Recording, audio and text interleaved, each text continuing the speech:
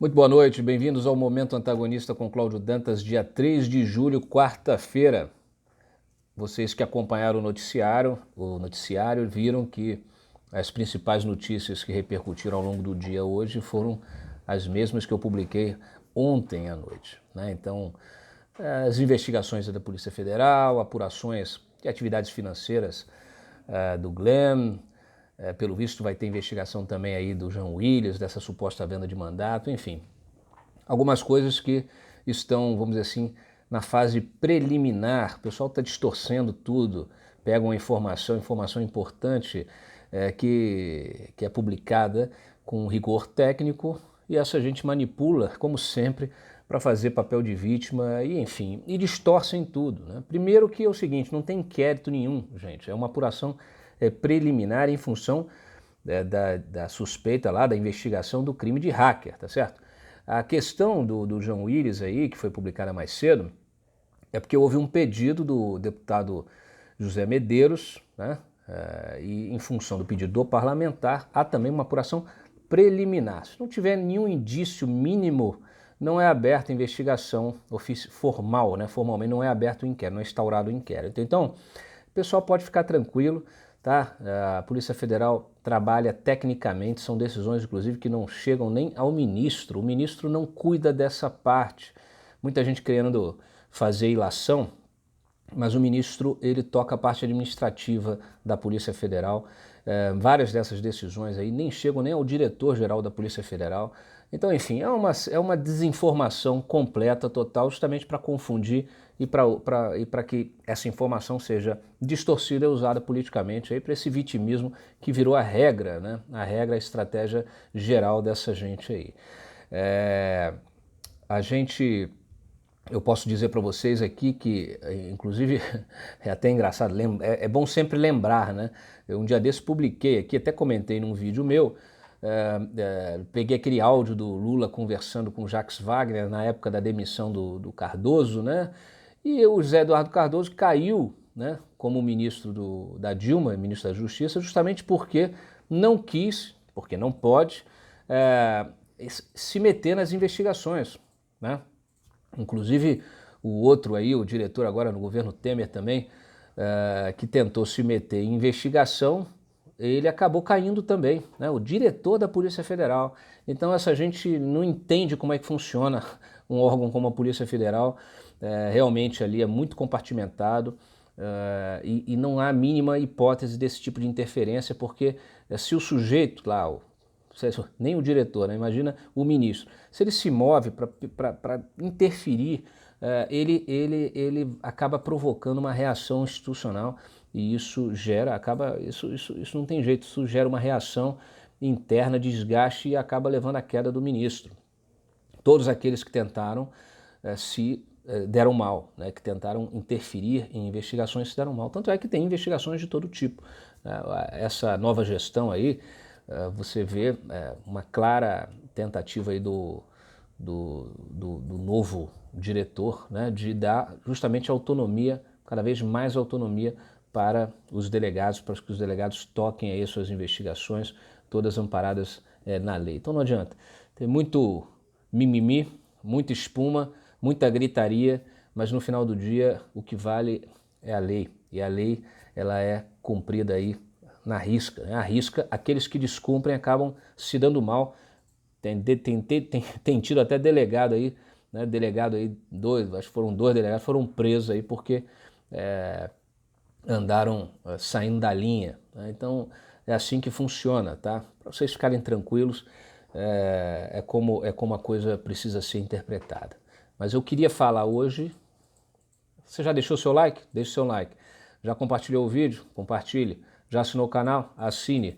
A gente precisa alcançar um número ainda maior, né? Uma audiência ainda maior, porque a situação ela não é boa. Nós vemos aí todo mundo toda essa estratégia aí dos criminosos de impedirem as investigações, né? Impedirem o avanço das investigações. Isso tudo, gente, tá claro, é líquido e certo, tá tão claro, tão transparente, né? Cada vez que a gente avança um pouquinho mais, é uma gritaria geral.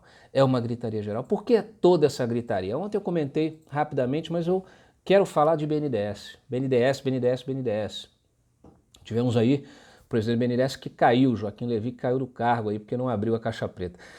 Claro que isso aí, que a queda do Levy, tem várias coisas envolvidas. Uma delas é que o Levy simplesmente não atendia o presidente da República, ele não atendia, né, as ligações do próprio Bolsonaro. E ele pouco também dava satisfação para o Paulo Guedes. Né? Então ele tocava ali o trabalho dele, a questão lá da caixa preta, a única coisa que ele fez foi colocar no ar um sistema que melhorou a qualidade de consulta dos empréstimos, tá? E esse sistema, pouca gente sabe, aqui uma informação de bastidor para vocês, pouca gente sabe, ele foi inspirado num sistema desenvolvido pelo TCU. Pouca gente sabe também que o TCU, desde 2015, quando o STF liberou, aí, autorizou a transferência do sigilo desses contratos todos do BNDES para o TCU, né? Não a abertura para a sociedade, mas a transferência do sigilo para que o TCU, como órgão de controle, pudesse acessar todos os detalhes desses empréstimos.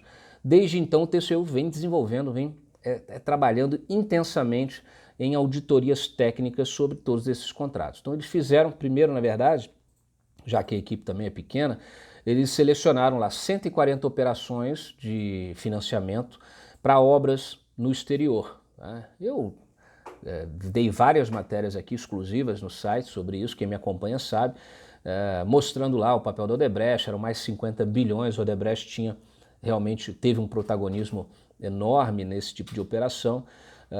Também publiquei no ano passado a informação de que essas auditorias tinham encontrado indícios de que os governos do PT manipularam as análises de risco e as garantias, né, para esses empréstimos bilionários, justamente para fazer a vontade, fazer a farra aí dos países amigos, dos empresários amigos que também fizeram uso desse dinheiro. E eu já havia antecipado o risco, né, que os técnicos lá atrás tinham identificado, que olha, a gente começou a identificar aqui que o dinheiro liberado pelo BNDES foi um pouco, estava ali um pouco diferente do valor da obra. Né? Então, sei lá, tinha uma obra que você tinha que botar lá 200 milhões e o BNDES liberava 600, né? Liberava 700, uma de 600 liberava 1 bi.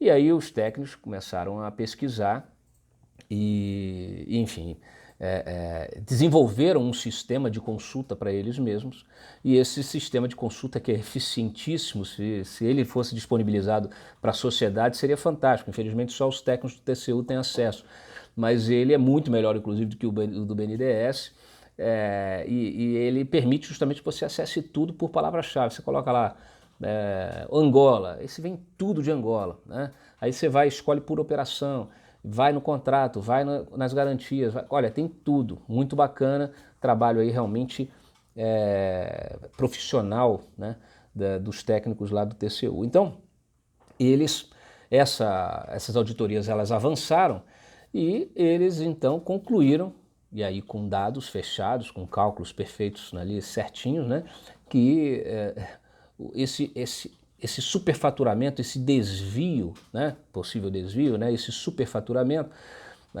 chegou aí a 50% até.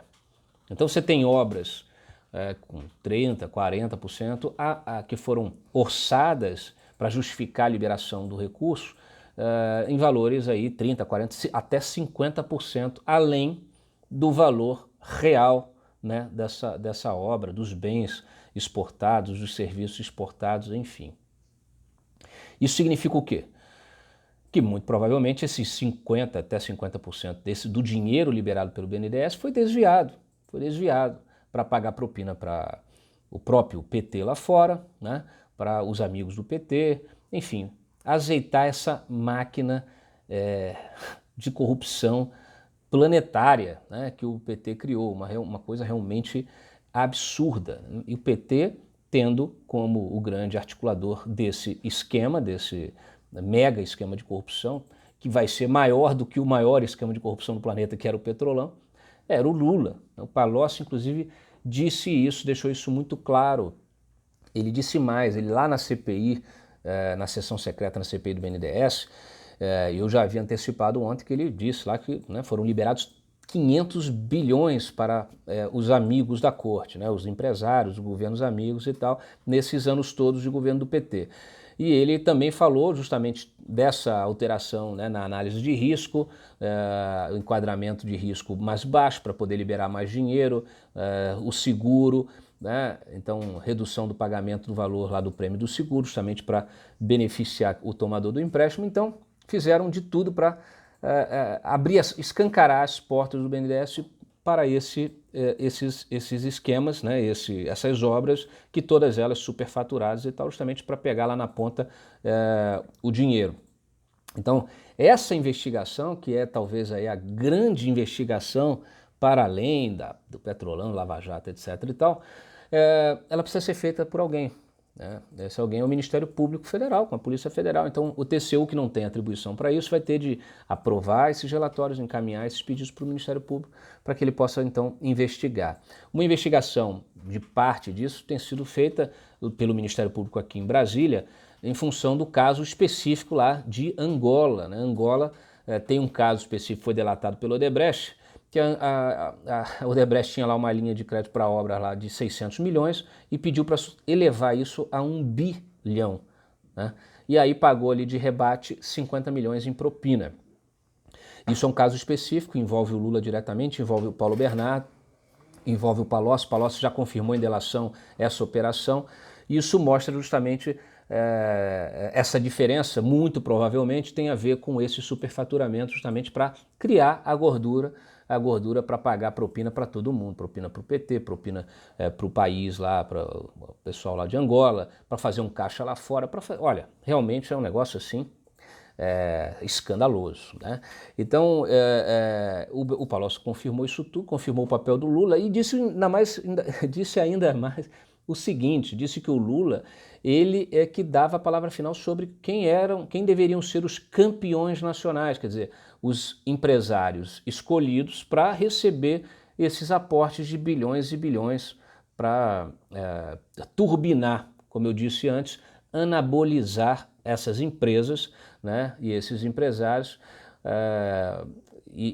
obviamente, justamente pela relação que ele criou com esses empresários, essa relação espúria, né, baseada aí realmente no pagamento de propina, nesses acertos todos.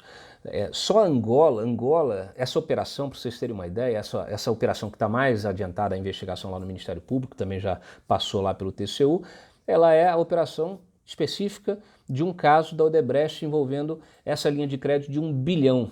Mas para vocês terem uma ideia, Angola é a líder em obras que receberam financiamento do BNDES, mais de 14 bilhões. Então vocês podem multiplicar esses 50 por 14, porque cada operação dessa teve um rebate, né? Teve um rebate.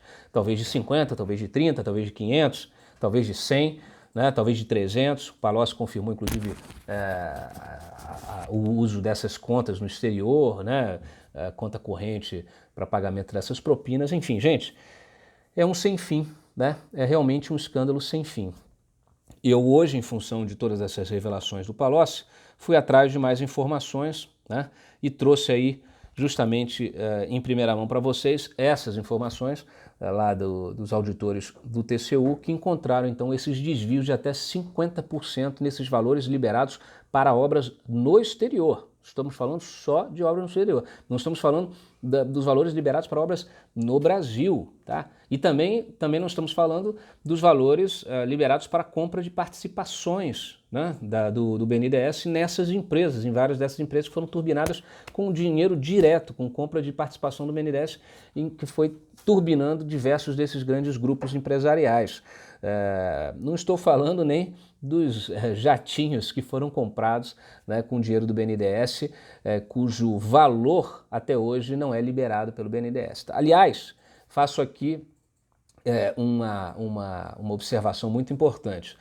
Muita gente estava assim, poxa, caixa preta, muita gente não sabe exatamente o que é a caixa preta do BNDES, o que já tem divulgado, o que não tem divulgado. Eu digo para vocês, quer dizer, o TCU teve acesso, né, em função dessas 140 operações que estão sendo investigadas. Essas 140 operações representam aí um universo mais ou menos 10% desses 500 bilhões, né, que o Palocci falou, 10%. Então estamos falando de ter acesso a mais 90% de todos esses valores, né, de todos os 500 bilhões. Lembrando que, na verdade, em todo o período, o BNDES chegou a aportar, vamos dizer assim, em diferentes operações, 1,2 trilhão. Falei aqui num vídeo há alguns anos atrás sobre esse valor que foi calculado e que esse dinheiro, 500 bi vieram do Tesouro, depois você teve dinheiro do FAT, dinheiro de várias partes que, vamos dizer assim, para abastecer o caixa do BNDES e então para o BNDES financiar essa farra, né, esse grande esquema, essa farra montada pelo Lula. Então o Palocci fala nesses 500 bi, desses 500 bi essas operações no exterior que estão sendo investigadas pelo TCU representam aí 10%, então ainda temos muito a investigar. O TCU tem acesso, tá? O acesso não é público, então o BNDES criou um sistema mais controlado ali, bem mais restrito para consultas, que vocês podem ir lá e consultar, foi o que o Levi divulgou quando ele assumiu lá o BNDES, mas precisa evoluir muito. A gente não tem acesso, primeiro a gente não tem acesso fácil, né, nesse tipo de consulta, a íntegra, né, de tudo que a gente quer. O BNDES liberou lá 50 grandes tomadores de empréstimo, mas a gente sabe que tem muitos outros, né? E é preciso também uma coisa que é importantíssima do entendimento disso, até para a imprensa cobrar o novo presidente também do BNDES aí, que prometeu abrir a caixa preta e o BNDES se recusa a fornecer, é justamente as informações sobre o pagamento desses empréstimos. Vejam bem, você liberou lá 100 bilhões para a Odebrecht, certo? A Odebrecht pagou quanto? Quanto dos 100 bilhões ela pagou? Porque a gente já tem todo um problema, né, na liberação desse dinheiro, obras superfaturadas, juros subsidiados, né, e sem garantias, tal. Aí, tudo bem, beleza. Pagou? Ah, não, pagou 10 bi. Boa, então tem uma dívida lá, tem um rombo de 90. Esse rombo, eles não informam. A gente não consegue saber quanto os devedores, quem são e quanto eles devem, né? Os tomadores aí de empréstimo, porque eles acham que isso não é, isso é ruim para o tomador. Gente, é dinheiro público. Se o sujeito está lá devendo, né, igual quando saiu aquela lista lá de devedores da Receita, o cara está devendo dinheiro público, o público tem que saber, a sociedade tem que saber. Vamos parar de hipocrisia, não tem nada a esconder. Ah, vai prejudicar o cacete. Se o cara não tá pagando, o problema é dele, tá certo? O problema é da empresa que não está pagando. Mais transparência. E a transparência é extremamente necessária até para evitar manipulação de mercado e etc. Então, assim, às vezes está lá, o cara pegou, tomou um empréstimo, daqui a pouco tomou outro empréstimo. Aí o cara tá puta alavancado, né, uma puta alavancagem, e o mercado tá achando que as finanças dele estão ótimas e ele tá, ó, no sufoco. É o que aconteceu, aliás, né, com a própria Odebrecht, que teve esse problema todo aí foi pega na Lava Jato, a investigação, aí cortaram as linhas de crédito dela, impediram ela de firmar novos contratos com o governo. O que aconteceu? Ó, não conseguiu pagar sua dívida, 100 bi, aliás, né? Quase aí 100 bi, aliás, e entrou em recuperação judicial. Então, olha, o Gustavo Montesano, que está assumindo o BNDES, a sua missão é abrir de verdade, colocar o nome dos devedores e quanto eles estão devendo e botar lá, pagou quanto esse mês, está pagando quanto, como é que faz, está devendo, vai refinanciar, como é que é isso, quais são as taxas, isso tudo precisa. Outra coisa que eles não abrem, o rating dessas empresas. Assim como aconteceu com o rating dos países, né, que o Lula mandou baixar para poder emprestar sem garantia, a gente não sabe como é que essas empresas estão ranqueadas lá dentro. Então é muito fácil também. A empresa lá toda cheia de dívida, cheia de problema, e aí não, mas aqui ela está no rating que permite, vamos liberar mais 10 bi para ela, sabe? Não dá. Aí o outro que está bem financeiramente, mas que não faz parte da bagunça, né, que não paga propina, não tem condição de acessar o crédito para desenvolver, para ampliar produção, para gerar emprego. Então, mais uma coisa que precisa ser aberta. Outra coisa, eu sempre falo dos jatinhos, o pessoal pergunta, pô, mas é uma coisa tão lateral, Cláudio. Não é lateral não, porque isso tem a ver com benefício privado. Muitas vezes esse jatinho é jatinho de uso privado desses empresários. Então, tem a coisa macro da empresa e tem lá o benefício privado desses empresários que tomavam o dinheiro do BNDES para comprar juros subsidiados, jatinho no mercado, muitas vezes, né, nesse caso lá na Embraer. Com juros subsidiados, e você, para comprar o seu carro, você se lasca pagando um puta juro lá por mês. Então, é preciso divulgar o nome dos tomadores e os valores desses jatinhos. Vai que o jatinho que está divulgado lá como de 100 milhões, né? Olha, peguei 100 milhões para comprar o jato tal. Quando você vai ver, pô, peraí, mas o valor desse jato é 50. Mais uma, né? Aí abre-se mais uma frente de investigação, porque onde superfatura 10, superfatura 100. Então vocês podem ter certeza que tem rolo também nessa coisa dos jatinhos. Então, gente, olha, a caixa preta é essa, tá? A gente, ainda bem que você tem o TCU fazendo esse trabalho fantástico aí, de uma equipe realmente, tem muita gente boa lá, então estão trabalhando há anos nisso. Infelizmente os recursos são poucos, mão de obra é pouca, e também, vamos dizer assim, o rito, né, de investigação do TCU é muito burocrático, mas eles estão enfrentando todas essas dificuldades e avançando nessas investigações a ponto de trazer à tona todos esses elementos, né, esses dados aqui que eu trago para vocês. Então, gente, olha, é isso, tá? Vamos pressionar muito para a abertura desses dados todos, pressionar para que a CPI do BNDES seja renovada, seja ampliada, aliás, tá? E que o Ministério Público realmente entre de cabeça. É preciso formar uma força-tarefa, assim como aconteceu com a Lava Jato, uma força-tarefa para investigar todos os crimes praticados, todo esse mega esquema montado pela turma do Lula no BNDES, tá? Isso é crime de lesa pátria, já falei uma vez. Já falei várias vezes e digo para vocês, eu até puxei mais cedo em função disso tudo, tive uma dica aqui de uma fonte, fui lá e puxei a digital do Lula nesse esquema, né? Porque o Palocci disse, não, ele é que escolhia os campeões nacionais, ele é que teve participação decisiva disso, ele é que mandou, que determinou, que fez, etc e tal. Aí o Lula vai falar, não, mas não tem nada a ver com isso, é mentira do Palocci. Aí eu peguei um discurso público, está disponível para vocês, o discurso é de 28 de novembro de 2003, primeiro ano do governo do Lula, tá?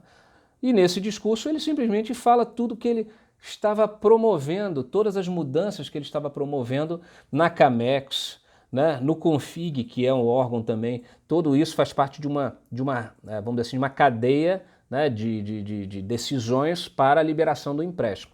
Então, ele fala de todas as mudanças que estava promovendo na Camex, no Config, no próprio BNDES e, inclusive, dizendo o seguinte, com a cara mais lavada do mundo, estamos fazendo aqui a revisão do seguro de crédito nas exportações, né?